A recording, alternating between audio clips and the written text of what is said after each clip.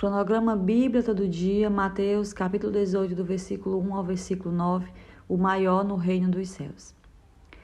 Em uma certa situação, os discípulos chegam para Jesus e vão perguntar quem é o maior no reino dos céus.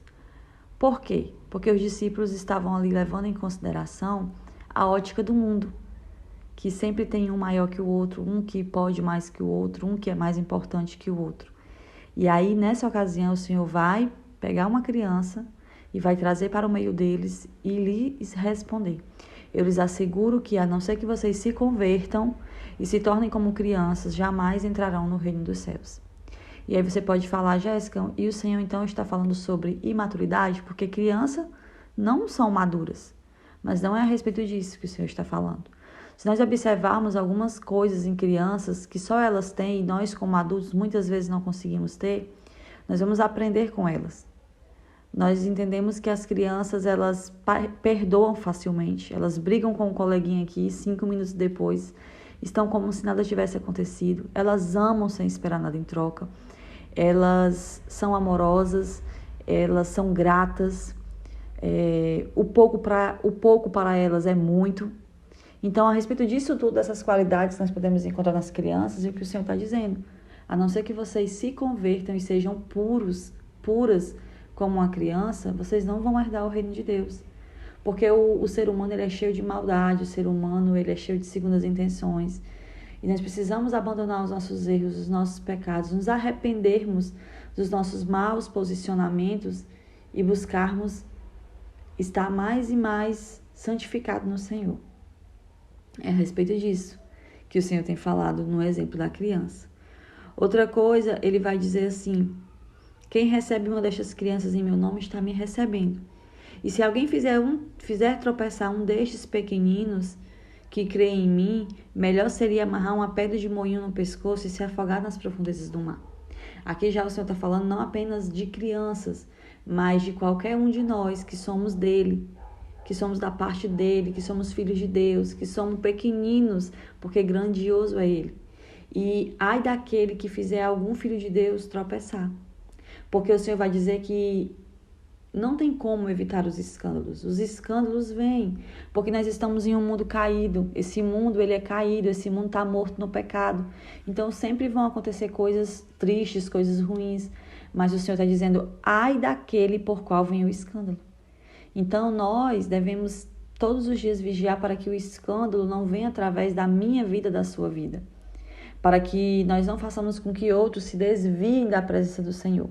Quando as pessoas olharem para a sua vida, para a minha vida, elas vão sentir sede de Deus e vontade de se aproximar do Senhor, ou elas vão dizer assim, olha lá, ser cristão como essa pessoa aí? Deus me livre. Viver na igreja como ela vive? Prefiro eu não ir para a igreja. Quantas pessoas têm olhado para a vida de outras pessoas e pensado dessa maneira? Às vezes a pessoa vive na igreja, a pessoa prega o nome de Deus, mas aí depois vem um escândalo através da vida dela. E aí isso aí afasta muitas pessoas de Deus. Não é o certo. Nós já devemos nos afastar de Deus porque nós ficamos sabendo que alguém errou, que alguém pecou, que alguém não vive a verdade de verdade. Isso não é para nos afastar. Porque quem morreu numa cruz por nós não foi aquele por qual veio o escândalo, foi o Senhor. Mas isso, infelizmente, o inimigo usa e realmente tem feito pessoas se afastarem. Então, ai daquele por qual vem o escândalo. E aí ele vai dizer, o mundo, né? Ele vai falar sobre, ele vai falar sobre o versículo 7 e versículo 8, que ele vai dizer também assim, se a tua mão ou o teu pé te fizer tropeçar, corta-os e joga fora.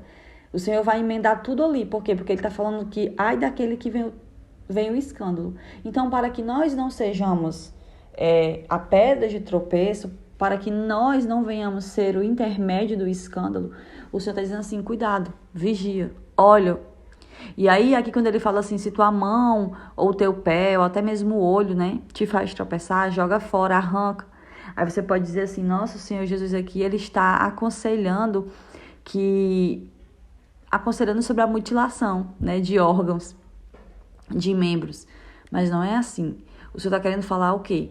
Que se com os teus olhos tu tem visto coisas que te fazem pecar, se com os teus olhos você tem acessado o seu celular e visto pornografia, por exemplo, fecha, abandona o celular, fica até sem celular se possível. É melhor ficar sem celular, por mais que a sua carne queira, do que você continuar pecando, olhando para a pornografia e ir para o inferno. Se as tuas mãos, algum membro do teu corpo te leva ao pecado, faça com que você fuja disso, fuja daquilo que te leva a cair. Se é um ambiente, se é uma rodinha de pessoas, se é um local, se é um vício, se é um hábito que te faz pecar, abra mão disso, do que abrir mão da sua salvação, do que abrir mão da sua santificação. É sobre isso que o Senhor está falando, né? Porque ele diz assim, é melhor entrar na vida com um só olho do que tendo os dois e ser lançado no fogo do inferno. Porque o inferno é real.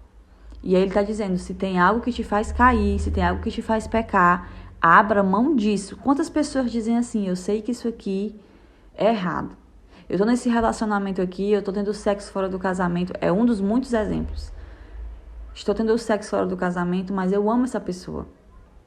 É melhor você amar mais a Jesus e abrir mão da sua carne do que você continuar nesse relacionamento e ir para o inferno. Porque o pecado, ele ainda nos leva para o inferno. Amém? Só na santificação é que nós seremos salvos. Então é isso, Deus abençoe e até amanhã, se Deus quiser.